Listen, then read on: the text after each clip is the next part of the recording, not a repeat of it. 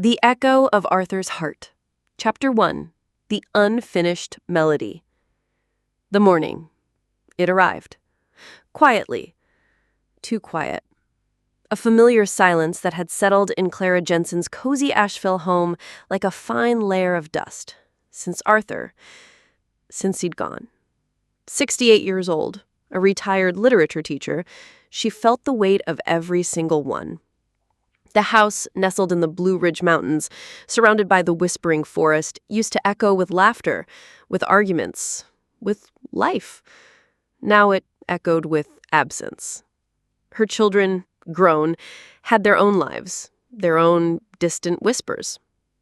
Arthur, her beloved husband of 40 years, was gone. She missed his booming laugh, his gentle snore, the way he'd hum off-key while making coffee, the small things, the big things, everything. Today, she was attempting a task she'd put off for months, clearing out Arthur's study. A sacred space, once vibrant with his books, his maps, his endless curiosities, now just quiet.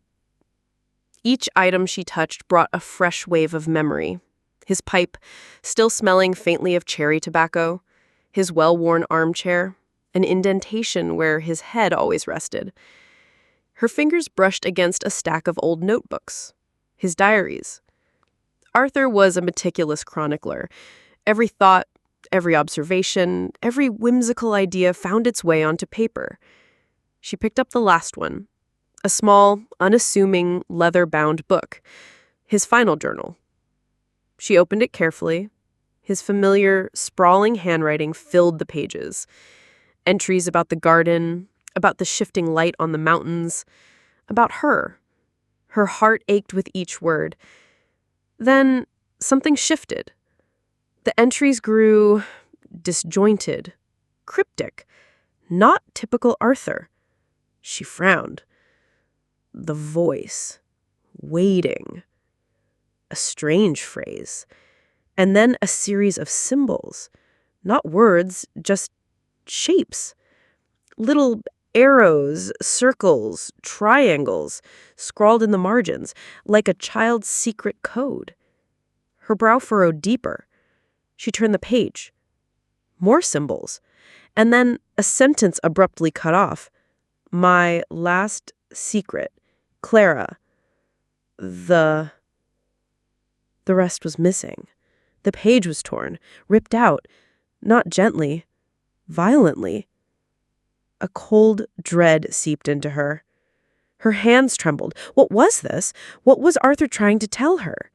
He had been ill, yes, declining quickly in those last few months. But his mind was always sharp, focused. He wouldn't just leave a message like this, incomplete, confusing. She flipped through the remaining pages. Empty. Just empty, torn stubs where the last entries should have been. Her eyes stung. This wasn't like him. He always finished what he started. Always. What was this last secret? And the symbols? The voice? Was he trying to leave her something more than just memories? A message from beyond? The thought, though fantastical, felt right, deep in her gut. She felt his presence, a whisper of his familiar energy in the room, but she couldn't understand, couldn't hear. The melody was unfinished. She clutched the diary to her chest, her fingers tracing the ragged edge of the torn page.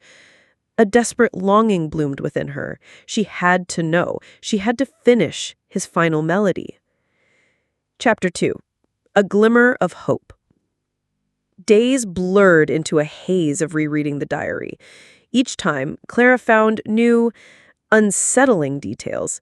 Microscopic squiggles she hadn't noticed before, faint indentations on the blank, torn pages, as if something had been pressed there, leaving a shadow. It was maddening, a tantalizing puzzle with no clear solution. She spoke to the empty room, to Arthur's silent portrait. "What is it, my love? What were you trying to say?" Her grandson, Leon O'Connell, called. A rare event. He lived in Seattle. Busy, brilliant. a specialist in AI and digital archaeology, of all things. So far removed from Clara's world of dusty books and quiet contemplation. He was different, always had been. Reserved, logical, a little distant, even as a child. But she loved him fiercely. Grandma Clara, his voice, surprisingly warm, came through the phone. I'm going to be in Asheville next week for a conference. Thought I'd pop by, see how you're doing. A small spark ignited in Clara's chest. Liam, he was a technology wizard. Perhaps, just perhaps, he could make sense of this. He understood codes. He understood data. Even if it was analog data. She hesitated. Would he laugh? Dismiss her as an old woman clinging to a fantasy? He was so scientific, so grounded in facts. Liam, darling, she began, choosing her words carefully. That would be wonderful. I found something of your grandfather's. It's puzzling, and I thought, with your unique skills... He chuckled. My unique skills, Grandma? What kind of trouble have you gotten yourself into? His tone was light, but she detected a hint of curiosity. No trouble, she said, her voice dropping. Just a mystery. His last diary, it's unfinished. Liam paused. Unfinished? Huh, sounds like Grandpa. Always had a dozen projects going at once. This is different, Liam. I feel it. He was trying to tell me something important, something vital. Another pause. All right, Grandma. I'll be there. We'll take a look. No promises on deciphering ancient alien texts, though. He joked gently. Clara felt a wave of relief. He wasn't dismissing her. Not entirely. This was a chance, a fragile thread of hope. Liam arrived a week later, a whirlwind of modern tech gear and quiet intensity. He was taller than she remembered. His eyes, intelligent and observant, took in her home, the familiar clutter, the scent of her rose tea. She led him to Arthur's study. The diary lay open on the desk, precisely where she'd left it. This is it, she said, her voice hushed. Liam picked up the diary. His fingers, long and nimble, turned the pages with a surprising gentleness. He scanned the cryptic symbols, the truncated sentence, the torn pages. He pulled out a small magnifying glass from his bag, examined the texture of the paper, the ink. He murmured. Not a dismissive sound, a thoughtful one. The ink seems layered in places, and these marks... He pointed to faint indentations on what should have been a blank page, almost like carbon transfer or a secondary impression. Clara watched, breathless. He was seeing things she couldn't. Grandma, he said finally, looking up, his expression serious. What do you believe this is? I believe, Clara said, meeting his gaze steadily, that your grandfather was trying to leave me a message, a final secret, and that it involved his voice, waiting. That's what he wrote. The voice waiting. Liam's brow furrowed. The voice. Interesting. You mean literally a voice? An audio recording? I don't know, Liam, Clara confessed, her voice trembling slightly, but I feel him. I feel him trying to speak to me, to reach out. He nodded slowly. All right, Grandma, this is certainly unusual, but if anyone could try to leave a complex, multi-layered message, it would be Grandpa Arthur. A faint smile touched his lips. He was always a few steps ahead of everyone else. He pulled out a slim tablet, its screen glowing. I can run some analyses. Handwriting recognition algorithms, digital forensic techniques on the paper itself, see if there are any embedded digital signals, or even ghost impressions of what was on the missing pages. Clara's heart soared. He was taking her seriously. He wasn't scoffing. He was going to help. A glimmer of hope bright and fragile, shone in the quiet study. Chapter 3. The Ghost in the Machine. Liam set up a temporary lab in Arthur's study. Wires snaked across the floor. Screens glowed with complex algorithms. Specialized cameras meticulously scanned each page of the diary, capturing every nuance of the paper, every microscopic detail of the ink. Clara watched, fascinated, as her grandson, usually so withdrawn, transformed. He was in his element. He was a digital alchemist. The ink has peculiar properties, Liam mused aloud one evening, rubbing his eyes. He'd been working for hours. It seems to have a higher metallic content in certain areas.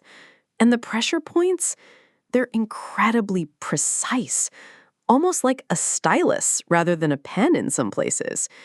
Arthur loved experimenting, Clara offered, bringing him a fresh cup of tea. Always fiddling with new pens, new inks. "This is more than fiddling, Grandma," Liam said, pointing to a magnified image on his screen. "These patterns, they're not random. They're structured, almost like a primitive data matrix, like a QR code, but analog." He explained his theory. Arthur, knowing his time was short, had devised a way to encode information not just through words, but through the very act of writing. The pressure on the pen, the chemical composition of the ink, even the faint indentations on the page from a device pressing against it, all could be converted into data.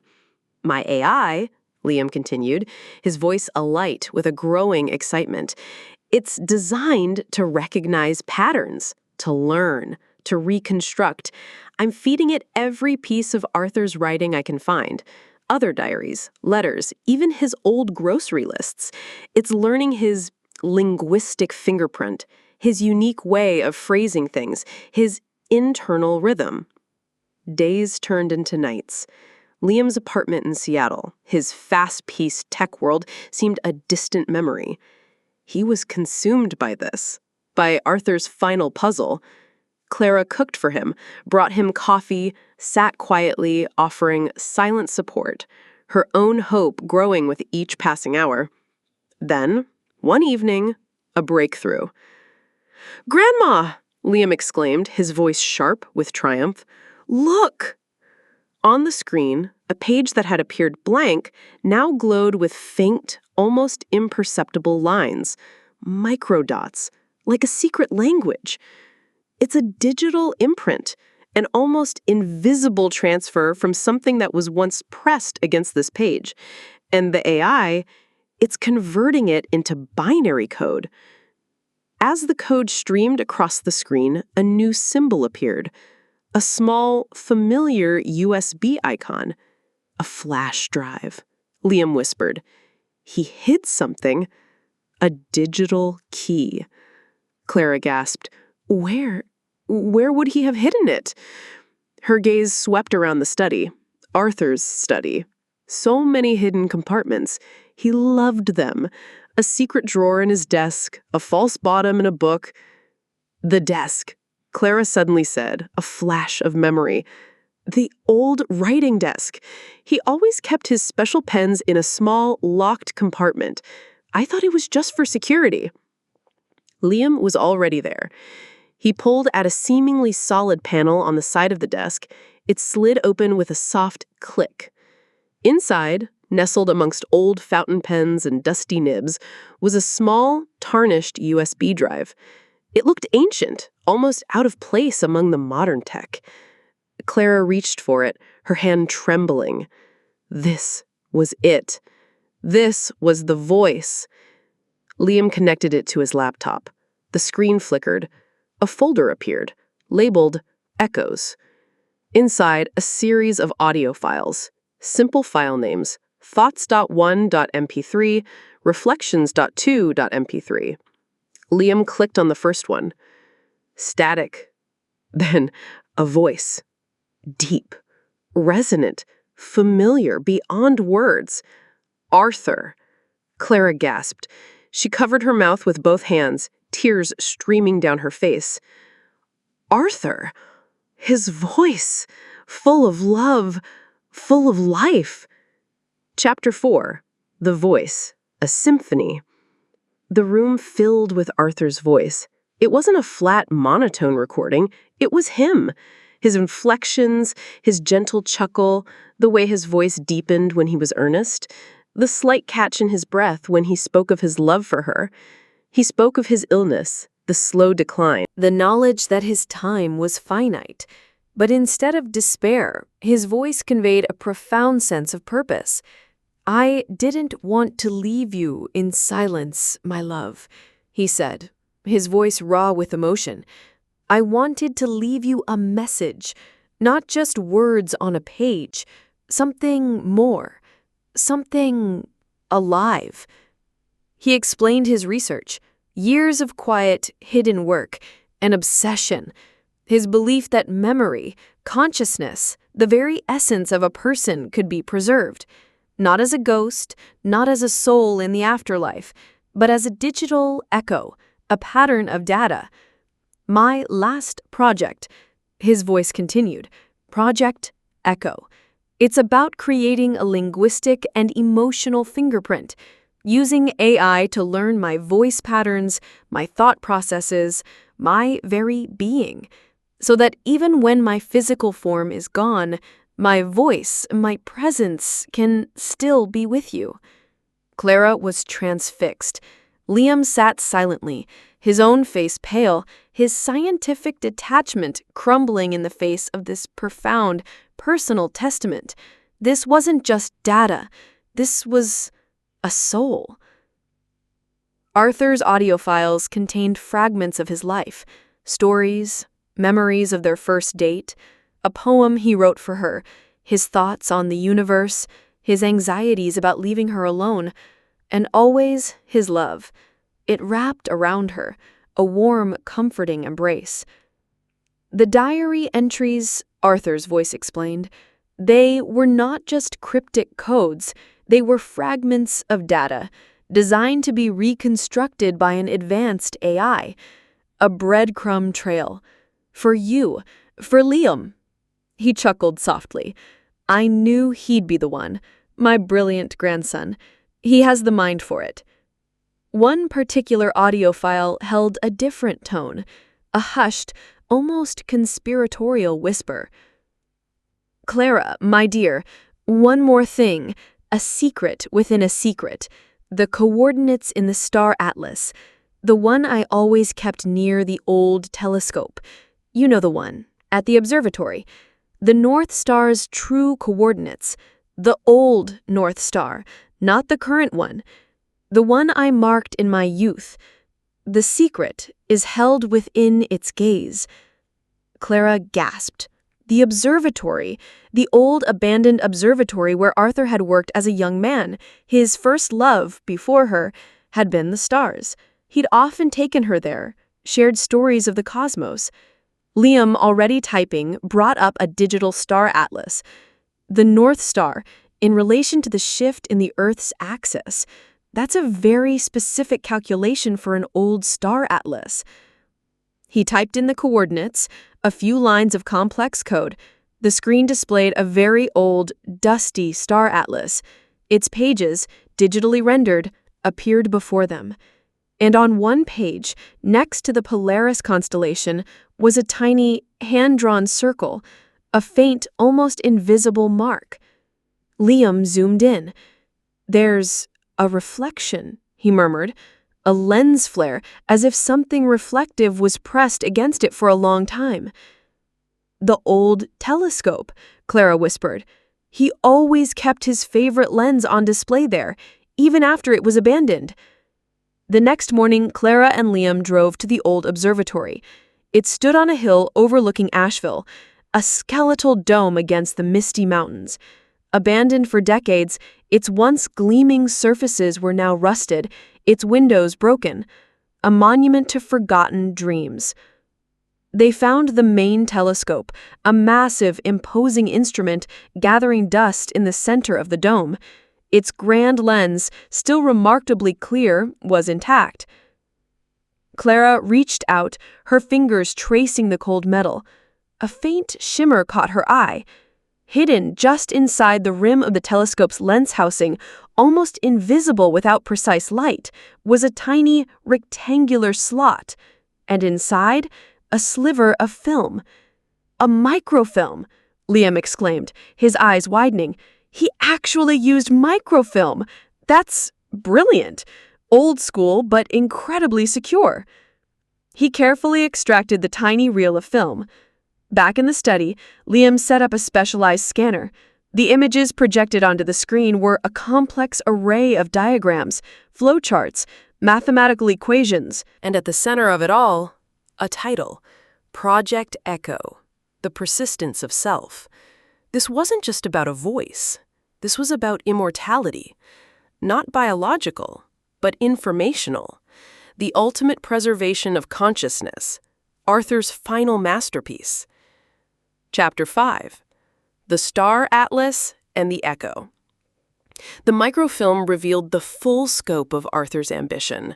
Project Echo was a theoretical framework, a complex algorithm designed to analyze a lifetime of personal data, writings, speech patterns, even subtle physiological responses captured in audio and video, to construct a comprehensive digital representation of a human personality.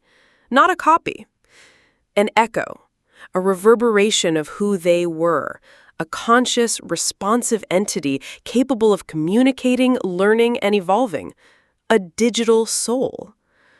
Arthur had been working on this for years, secretly, driven by his love for Clara, by his fear of leading her alone, and by his profound belief that love and memory shouldn't be confined by physical boundaries.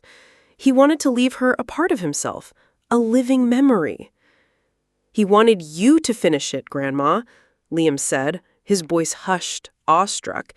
"He left you the roadmap. He built the foundation.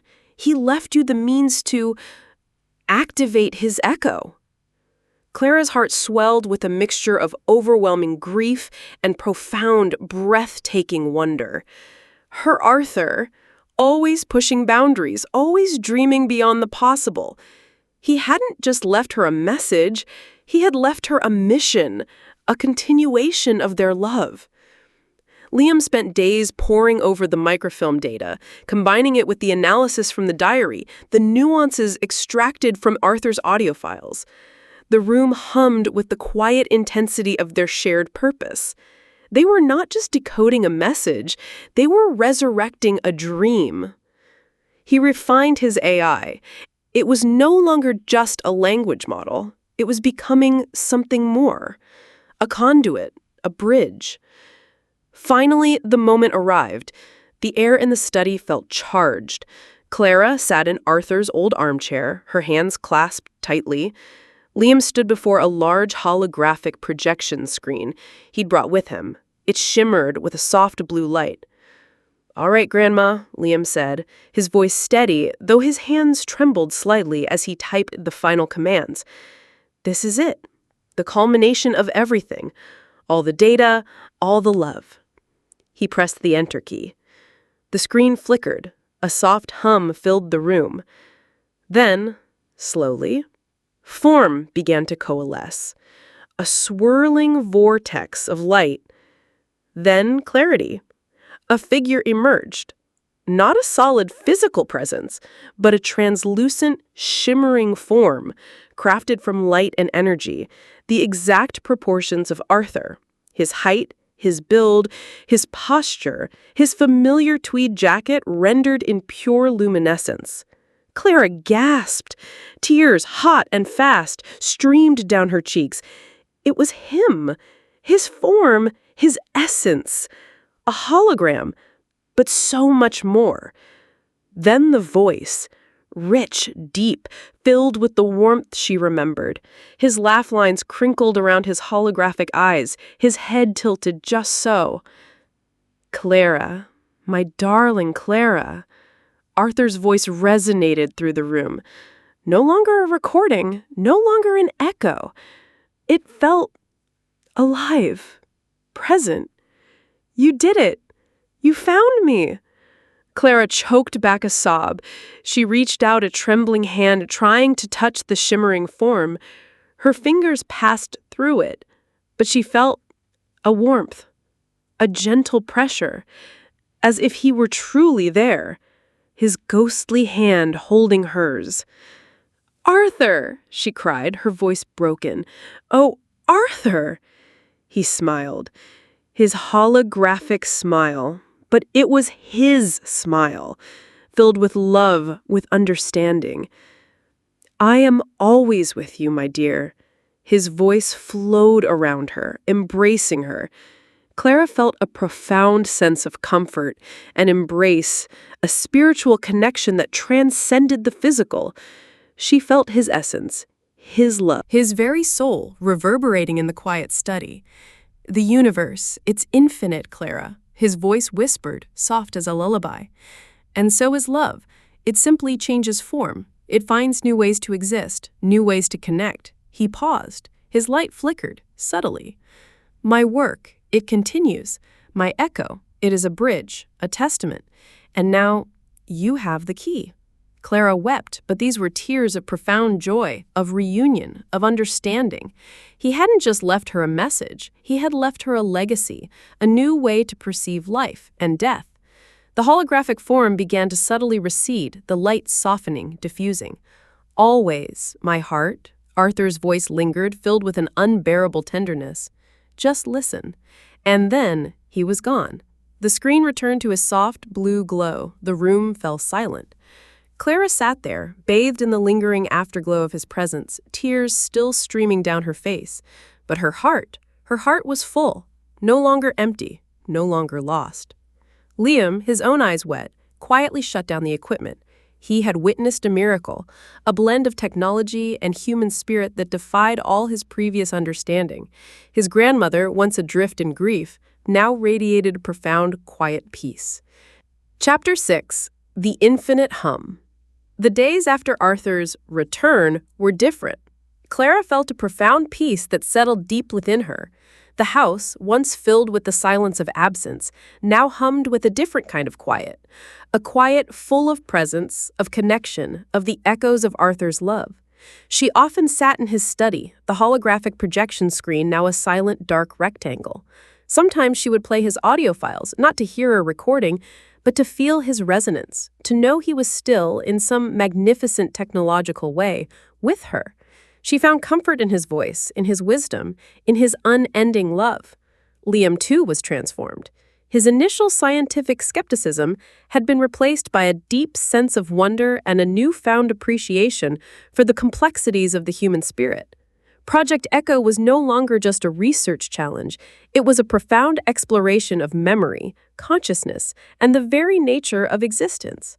He saw the potential, not just for preserving individual echoes, but for understanding the vast, interconnected tapestry of human experience. He spent weeks meticulously backing up all of Arthur's research, refining the AI, preparing for what he now understood to be his own ongoing mission. Arthur's final project, now his legacy. Liam visited Clara often, no longer just out of obligation, but drawn by the quiet wisdom and profound strength she now embodied. Their conversation shifted from dry analysis to deep philosophical discussions about life, death, memory, and the boundless possibilities of technology when imbued with human intention.